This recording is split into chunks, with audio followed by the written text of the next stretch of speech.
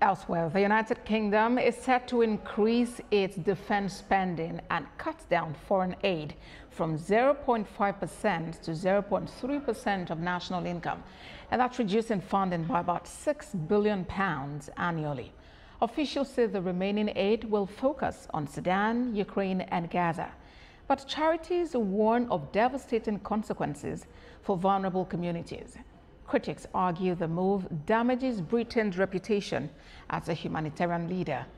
While UK Prime Minister Keir Starmer hopes this will strengthen UK-US ties, European diplomats say more defense spending is needed as the debate over security and aid continues. Britain can be proud of our response. British families opened their doors to fleeing Ukrainians. The yellow and light blue fluttering on town halls and churches the length and breadth of this country. And the party opposite, in government, was robust in our response. I supported that in opposition. I applaud them for it now. And we have built on that, bringing our support for Ukraine to a record level this year. Mr. Speaker, we should not pretend that any of this has been easy. Working people have already felt the cost of Russian actions through rising prices and bills. Nonetheless, one of the great lessons of our history is that instability in Europe will always wash up on our shores, and that tyrants like Putin only respond to strength. A global affairs analyst, Benga Nifade, joins me now on World Now. Mr. Nifade, Keir Starmer is cutting foreign aid from 0.5 now to 0.3%. What is the implication of this for the UK as humanitarian leader? Excuse me. So, good afternoon. I will say it's actually a very difficult decision, but something that has to be done. Number one, you've got, I think sometimes, and this actually been on call for a while, we do have some of the aid going, I probably would say going to the wrong people, really. I think one of the key questions people usually talk about is why on earth is, for example, the UK giving aid to countries like China, or even at some point India. India has a space program. So this is some of this review that has to be done. But also you've got to understand that President Trump, Trump 1.0, as I usually like to refer to him the first time, he's always been talking about, Europe should actually, invest a lot more in their defense program compared to, we've got this body of NATO where we have the United States is the key donor, or should I contributor to NATO, and we've got 26, 27 countries. So I think he's looking and pushing for fairness, even at the expense of alienating his traditional allies.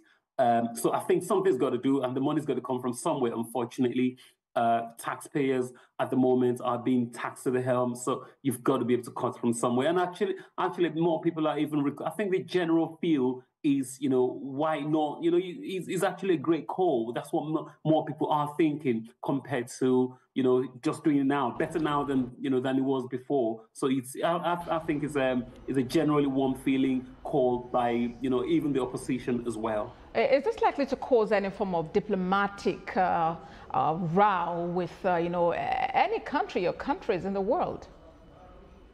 I actually don't think so. This has actually been a rattle from President Trump. Actually, from, like I said, he doesn't marginalizing his allies. If that will come, Trump came in from the mantra America first, and that's what he's trying to do. Let's get this extra money going to protect Europe. You got to also think, number one, Europe is big enough to defend itself. One of the threats the UK is looking at the threat from Russia. The Europe is a bigger, or the EU generally is a bigger economy than Russia. But they're still worried about the threat from Russia, and you've got a big country, America, behind that. So I don't see this indicating any fracas at all. If at all, you could actually see Poland, the Danes, even France. everyone's actually upped their stakes as a result of this. So, and of course, again, these other countries, they've got to pull money from somewhere overall. So I don't see the huge outcry. Like I said, again, some of this money is not actually going to, do they need it or do they want it? I don't think, unnecessarily not delivering this aid to countries like China or India, for example, will make a huge outcry. Okay, and of course, critics are pushing against this policy, but do you think the voices could be loud enough for a review of this policy, perhaps a reduction? Do I think it's enough? Is that what you said? Yes, I'm talking about if these voices, the dissenting voices to the policy change could actually influence a further, perhaps, reduction in, in the cuts. Not that I do. I mean, one thing we've got to understand that he's actually just made a stopgap right now, and then again, by 2020, he's going to go up again. So that's actually, we will say it's a big commitment. I don't think anything else could be influenced, and that also, you got to think this is actually proper timing. We all know President Trump, he doesn't hold back. He will speak the way he feels. And, the Prime Minister is actually going on to visit President Trump in a very, very, very soon in New York. So I think it's just a brilliant timing. Again, like I said, more commitment has been made to the future, and this is going to be going on for a while. I mean, you got to think many years ago. I mean, we're talking about as at 1991, the UK defense spending was 3.8% of GDP. So now, of course, they've actually had to scale it down for a total while because there's been heavy reliance on on other parties, America. But now you don't want to play with that. I think one of the key things UK has actually been playing on is this ally, this special relationship. And I think that relationship is at stake. And UK would rather hold on to that than to any other thing else at all at the moment. It does appear the fear of Donald Trump or consideration for Donald Trump is the beginning of, several of the considerations. But let's talk about the point being made now, because officials are saying that the remaining aid would actually focus on Sudan, Ukraine, and Gaza. But with policy flip-flops has been observed in parts of the world. What do you think these countries need to do at this time to prevent overnight aid cuts or freezes?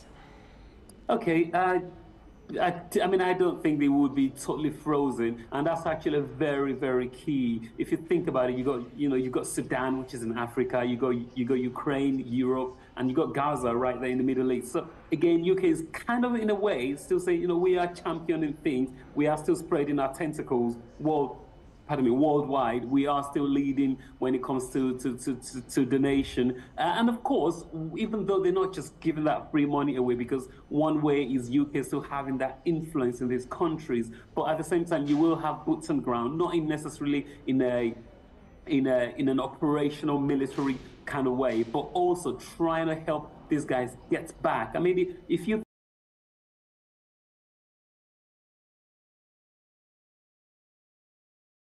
saying something else, but they've got to find a common ground.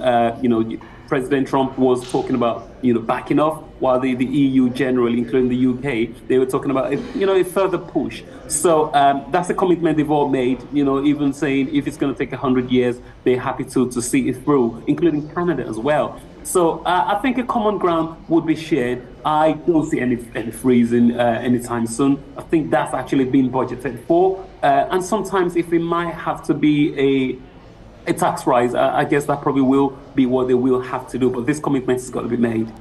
Global Affairs Analyst Gbenga Onifade, thank you very much for talking to us on Well Down. Thanks for having me.